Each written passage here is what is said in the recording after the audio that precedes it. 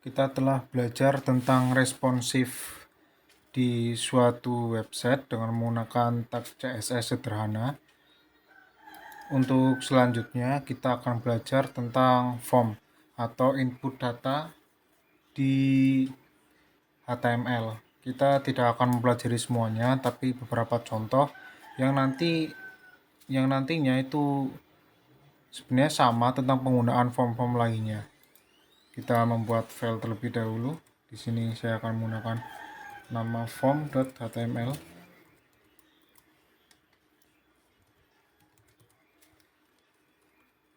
Lalu di sini titelnya saya namakan form. Sama kita menggunakan div karena ini untuk memisahkan suatu section. Dibiasakan untuk membuat div terlebih dahulu sebelum nanti isinya apa. Untuk membuat form, yang pertama kita harus ketikkan form seperti ini. Nah, lalu kita menggunakan label. Contoh di sini nama, input, tab aja, klik input tab seperti ini. Tipenya apa? Tipenya text. Name-nya ini buat nanti parameter yang akan dikirim ke backend. Kalau kita nanti menggunakan PN, contohnya PHP, Golang ataupun Java, Python, di sini untuk parameternya kita menggunakan name. Di sini bisa kita tambahi placeholder, isikan nama, dan juga bisa kita tambahi ID juga jika kita akan menggunakan format request ajak. Nama seperti ini. Lalu kita akan mengisikan email sama input, tipenya email, namanya email. Kita isikan placeholder juga. Placeholder isikan email, ID email.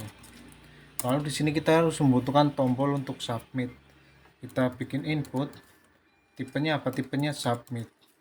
Karena jika kita klik tombol ini maka otomatis parameter-parameter yang kita kirim, contoh seperti nama email, akan di-postkan atau kita getkan ke backend.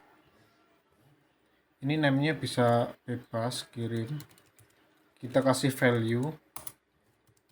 Contoh kirim seperti ini. Coba kita lihat.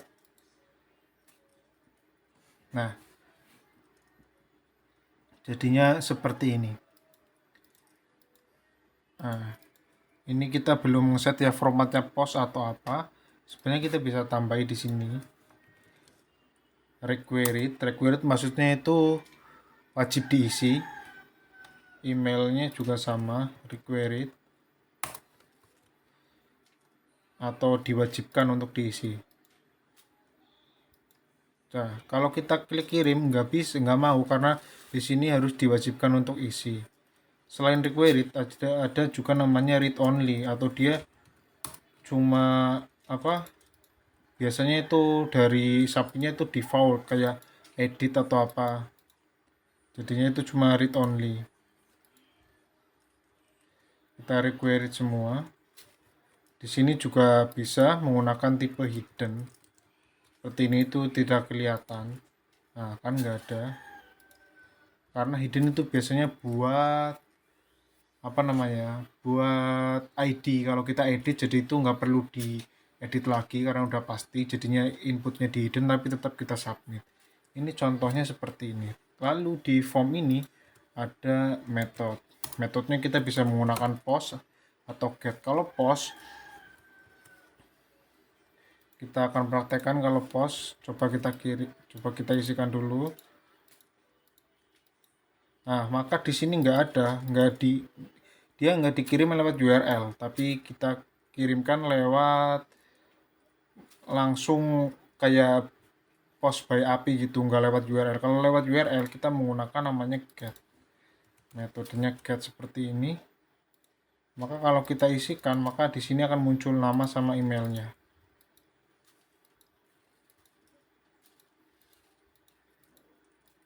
Nah, nama emailnya seperti ini akan muncul. Ini kurang secure ya. Kalau untuk input form, kalau menurut saya wajib menggunakan post, metodenya post. Di sini juga ada action nanti kita contohnya ke alamat suatu website atau API ya, kita submitnya contoh form PHP seperti ini. Kalau kita mau mengirimkan sebuah gambar, contoh apa inputan, contoh file lah, file input tipenya upload kayak gini, namanya file. Nah, coba kita, oh bukan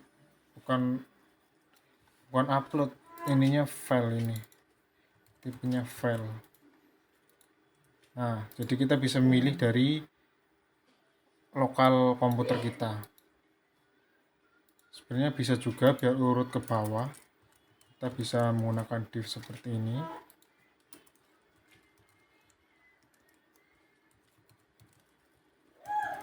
Nah, div seperti itu, kita bikin div lagi. Nah, lalu di sini juga div lagi.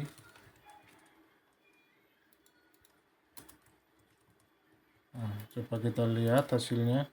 Nah, maka akan urut seperti ini. Kalau mau lebih rapi, kita bisa menggunakan format tabel. Nah, di sini ada nama, email, file. Lalu kalau kita mengirim file nggak cukup dengan form method post action, harus ada tambahan seperti ini. Nah, di sini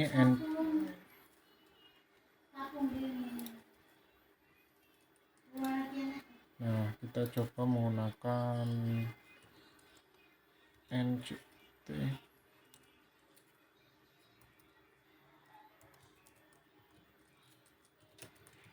form file.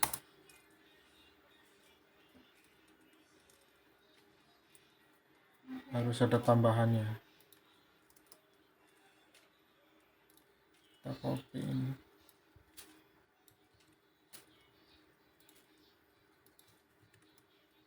Nah, multipath form data.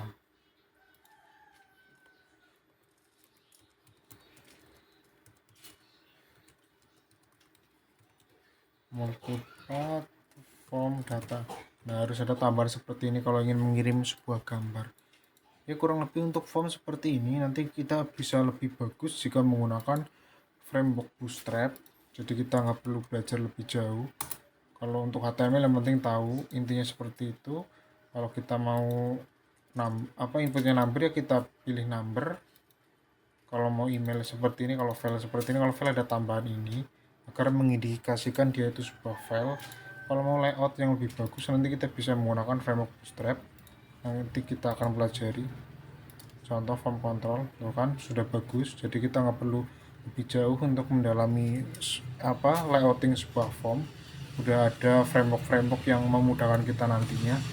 Ya, mungkin cukup seperti ini. Untuk selanjutnya kita akan membuat suatu website, satu page yang menggunakan HTML dan CSS sederhana. Setelah itu kita bisa lanjut Bootstrap, Laravel, Python, dan lain-lain. Oke, sekian, terima kasih. Assalamualaikum warahmatullahi wabarakatuh.